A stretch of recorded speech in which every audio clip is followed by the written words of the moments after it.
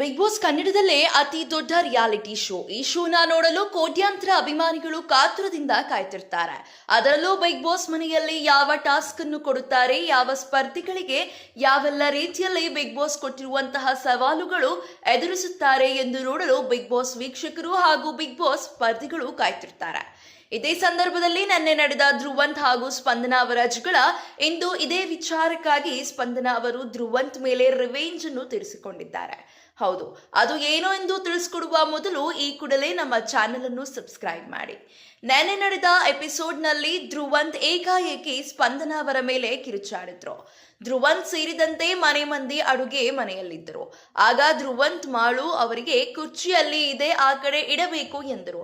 ಆಗ ಧ್ರುವಂತ್ಗೆ ಸ್ಪಂದನಾ ಯಾವ ಕುರ್ಚಿ ಹೇಳಿ ಅಂತ ಹೇಳ್ತಾರೆ. ಆ ಕೂಡಲೇ ಸಿಟ್ಟಿಗಿದ್ದ ಧ್ರುವಂತ್, ನಾನು ಇನ್ನೊಂದು ಸಾರಿ ಹೇಳೋದಿಲ್ಲ, ಮೇಕಪ್ ಮಾಡಿಕೊಂಡು ಸುಮ್ಮನೆ ಓಡಾಡೋದಲ್ಲ, ನಾನು ಇನ್ನು ಮೇಲೆ ಬರ್ತೀನಿ ನೋಡ್ಕೊಳ್ಳಿ, ಒಳ್ಳೆಯವನ ತರ ನಾಟಕ ಮಾಡ್ತೀನಿ ಅಂತಿರಲ್ಲ, ಇವಾಗ ಒಳ್ಳೆಯವನ ನಾಟಕ ತೋರಿಸ್ತೀನಿ ಎಂದು ರೇಗಾಡಿದ್ದಾರೆ.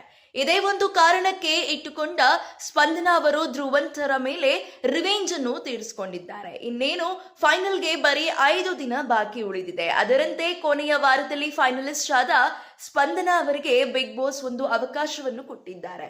ಅದು ಏನೆಂದ್ರೆ, ಫೈನಲಿಸ್ಟ್ ಆದ ಸ್ಪಂದನಾ ಅವರಿಗೆ ಈ ವಾರ ಯಾರಾದರೂ ಒಬ್ಬ ಸ್ಪರ್ಧಿಗೆ ಲಾಕ್ ಮಾಡಲು ಬಿಗ್ ಬಾಸ್ ಹೇಳುತ್ತಾರೆ. ಆಗ ನಿನ್ನೆ ನಡೆದ ಘಟನೆಯ ಒಂದು ಕಾರಣ ಇಟ್ಟುಕೊಂಡು ಸ್ಪಂದನಾ ಅವರು ರಿವೆಂಜ್ ತೀರಿಸಿಕೊಂಡಿದ್ದಾರೆ. ಸ್ಪಂದನಾ ಕೊಟ್ಟಿರುವಂತಹ ಈ ಒಂದು ಉತ್ತರದಿಂದ ಧ್ರುವಂತ್ ಬಿಗ್ ಬಾಸ್ ಮನೆಯಿಂದ ಲಾಕ್ ಆಗಿದ್ದಾರೆ. ಅದಕ್ಕೆ ಬಿಗ್ ಬಾಸ್ ಈ ವಾರದ ಎಲ್ಲಾ ಟಾಸ್ಕ್ ನಿಂದ ಧ್ರುವಂತ್ ಲಾಕ್ ಆಗಿದ್ದಾರೆ ಎಂದು ಹೇಳಿದ್ದಾರೆ. ಇದಕ್ಕೆ ಧ್ರುವಂತ್ ಅವರ ಪಶ್ಚಾತ್ತಾಪವನ್ನು ಪಡುವ ರೀತಿಯಲ್ಲಿ ಬೇಸರಗೊಂಡಿದ್ದಾರೆ. ಈ ಕಾರಣಕ್ಕೆ ಸ್ಪಂದನಾ ಜೊತೆ ಕಾಂಪ್ರಮೈಸ್ ಆಗ್ತಾರಾ ಎಂದು ಕಾದು ನೋಡಬೇಕಿದೆ. ಈ ಒಂದು ಕಾರಣಕ್ಕೆ ಮನೆ ಮಂದಿ ಎಲ್ಲ ಶಾಕ್ ಆಗಿದ್ದಾರೆ. ಇದೇ ರೀತಿಯ ಸಿನಿ ಅಪ್ಡೇಟ್ಸ್ಗಳಿಗಾಗಿ ಹಾಗೂ ಬಿಗ್ ಬಾಸ್ ಲೇಟೆಸ್ಟ್ ಅಪ್ಡೇಟ್ಸ್ಗಳಿಗಾಗಿ ಈ ಕೂಡಲೇ ನಮ್ಮ ಚಾನೆಲ್ ಅನ್ನು ಸಬ್ಸ್ಕ್ರೈಬ್ ಮಾಡಿ. ಹಾಗೆ ಪಕ್ಕದಲ್ಲಿ ಕಾಣುವಂತಹ ಬೆಲ್ ಐಕಾನ್ನ ಕ್ಲಿಕ್ ಮಾಡಿ.